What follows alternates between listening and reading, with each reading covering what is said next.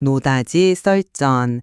오늘 저희가 살펴볼 주제는 바로 현대로템의 미래 성장 가능성입니다. 최근에 정말 인상적인 실적과 또 대규모 수주를 바탕으로 기존의 그 방산, 철도 사업, 이걸 넘어서 이제 우주 항공 분야까지 사업 영역을 확장하려는 그런 움직임을 보이고 있거든요. 과연 현대로템의 이런 야심찬 계획이 성공적인 도약으로 이뤄질 수 있을지 저희가 오늘 두 가지 관점에서 좀 깊이 있게 따져보겠습니다. 저는 일단 현대로템의 그 탄탄한 재무 상태, 특히 방산부문의 그 압도적인 경쟁력하고 막대한 수주 잔고를 볼 때요, 미래 신사업에서도 충분히 성공할 저력이 있다, 이렇게 보고 있습니다. 네, 저는 뭐랄까 좀 더 신중하게 접근해야 한다고 생각합니다. 물론 최근 실적 대단하죠. 그렇지만 해외 수주라는 게 이게 늘 변수가 많고요. 또 레일 솔루션, 그러니까 철도 사업의 수익성 개선 문제는 이게 뭐 하루 이틀 된 숙제가 아니지 않습니까? 게다가 우주항공 같은 이런 신사업 분야는 경쟁이 워낙 치열해서요.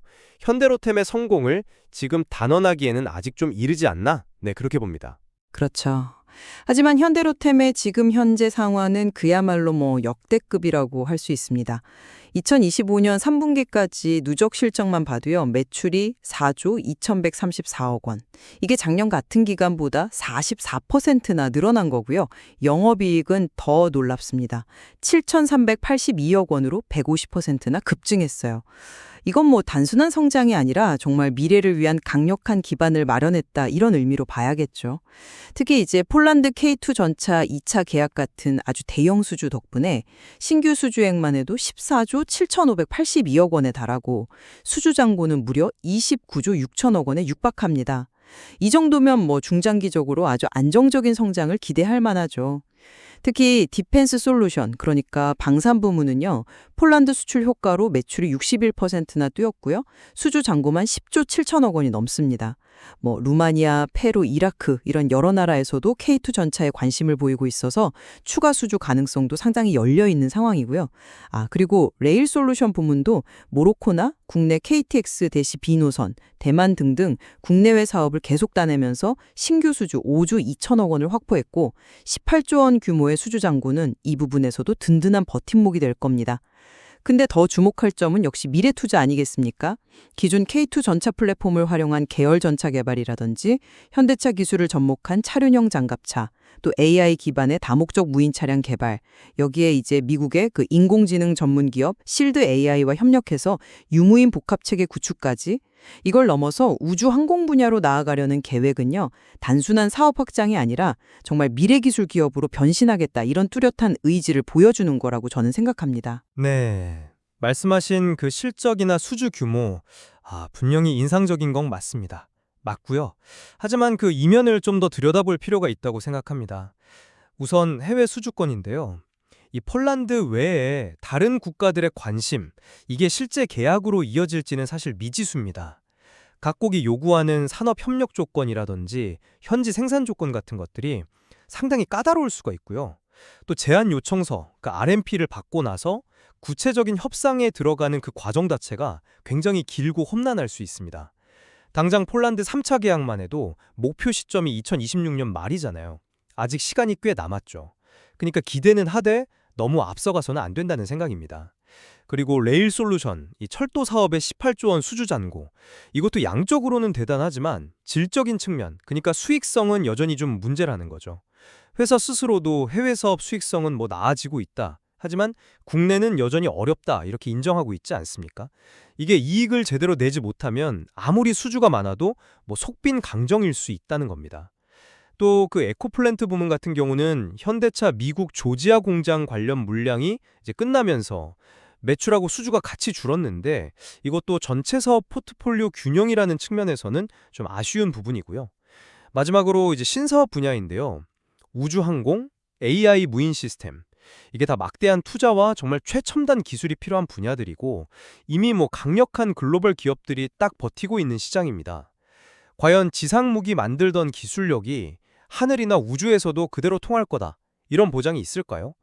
구체적으로 어떤 기술적 우위를 가지고 경쟁할 것인지 아직은 좀 더 명확한 그림이 필요해 보입니다. 해외 추가 수주 가능성을 근데 너무 낮게 보시는 건 아닌가 싶기도 한데요. 예를 들어서 이라크 같은 경우는 K2 전차 성능에 아주 만족했다 이런 평가가 있고요.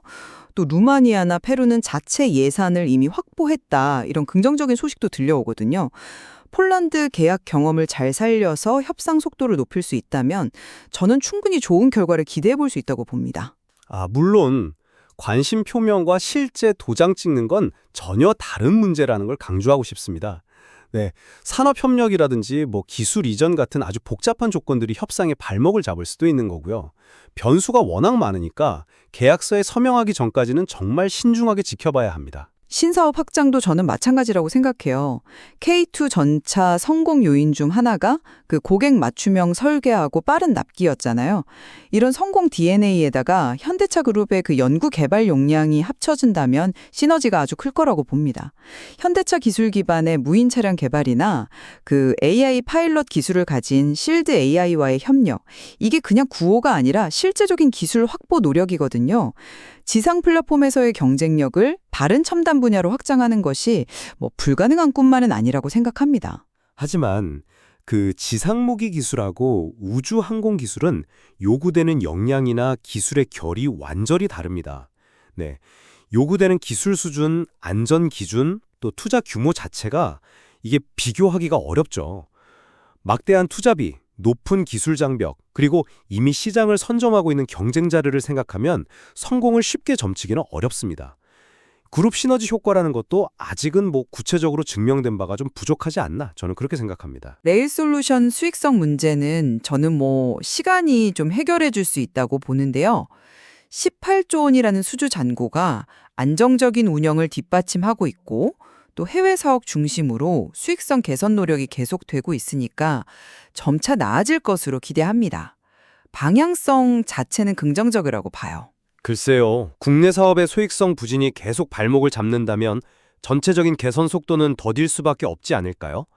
수주 잔고 규모만 보고 안심하기에는 아직 이르다는 생각에는 변함이 없습니다. 저는 현대로템이 현재 이 강력한 실적 그리고 방산 분야의 경쟁력을 발판 삼아서요.